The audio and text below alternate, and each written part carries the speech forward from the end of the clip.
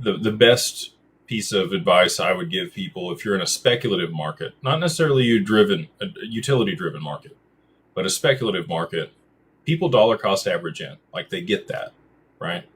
But people don't dollar cost average out. And they also don't have a plan for that money. I didn't. I sold and was like, oh no, now I have taxes. What am I going to do with this? How am I going to offset those?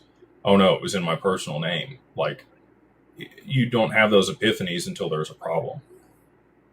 So structuring yourself from the beginning, making sure that your assets are held the right way, either in trust or in an LLC or in at least some way to be able to protect them and mitigate taxes is an absolute necessity if you believe you're going to have millions of dollars or a liquidity event that's that large.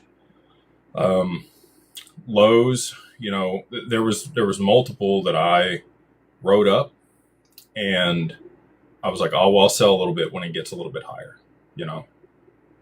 Stupid. Should have taken profits sooner. Should have scaled out again the same way that I scaled in instead of trying to make, eke out every last penny. Anytime I've ever been greedy, excuse my French, but it's bit me in the ass. The world giveth and the world taketh away. It's you just want to make sure that you're protecting yourself, mitigating downside risk if you can, taking chips off the table. For some people, that's just their initial investment. They take that out once they see a 4 or 5x on something, and then let the rest ride on the house. And then you're at least principal protected at that point. If you are going to take additional profit beyond that, I would have a plan for it. One way to be able to mitigate the taxes and also structure it in a way where, you're buying another asset with it. Don't sell it to buy a Lamborghini. I don't think most people watching this are going to be doing those things. Most people aren't egotistical or gluttonous and I'm not saying don't do things that you've waited on, right? Like, enjoy the fruits of your labor, but at the same time, try to structure that in a way where it's in a tax advantaged way, or you're being smart about it. Or if you have to defer that gratification just a little bit longer in order to be able to do it the right way, I think that's probably a better choice. And that's hard to do. It takes discipline to do that. So imagine, you sell some crypto, it's XRP or whatever it is when we see price appreciation. And let's say you clip a couple $1 million. And you need that $1 million or a couple $1 million to buy the home that you want, as an example. Maybe you finance the home. Okay. So, don't necessarily want to keep the wife waiting if that's what she's been waiting on. Find the home. Maybe it's, $3 million home. You got to put 600,000 down. The other 1.4, you would probably want to put in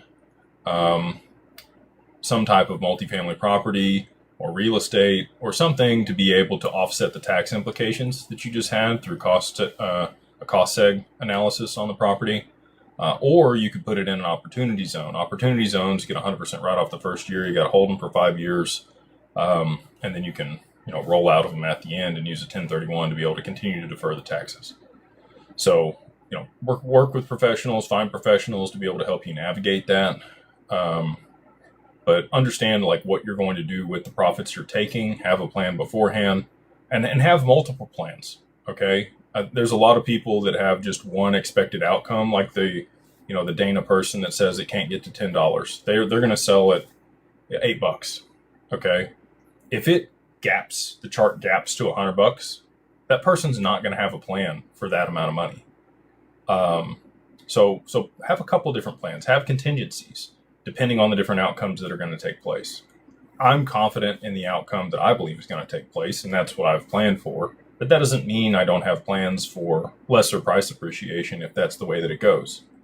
So I would just work with a certified financial advisor, somebody that has their 65 or their CFA or their CFP, somebody that can help you actually think through the tax implications, how to structure it properly, navigate that, look at life insurance or other tools and products to be able to mitigate taxes and get structured the right way. What can you do now to be proactive versus what can you do post price appreciation?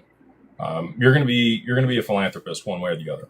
It's either going to be willing or unwilling If you want to pay it to Uncle Sam, he's going to dole it out the way that he thinks is best. Or you can make donations to, a private foundation that you set up, or a donor advised fund, or a charitable remainder trust. There's a lot of different ways that you can structure that on the philanthropic side. So, we do all of that. Again, not saying you have to work with us. I'm sure that we will be very overwhelmed when things move here, and if they move in a short period of time.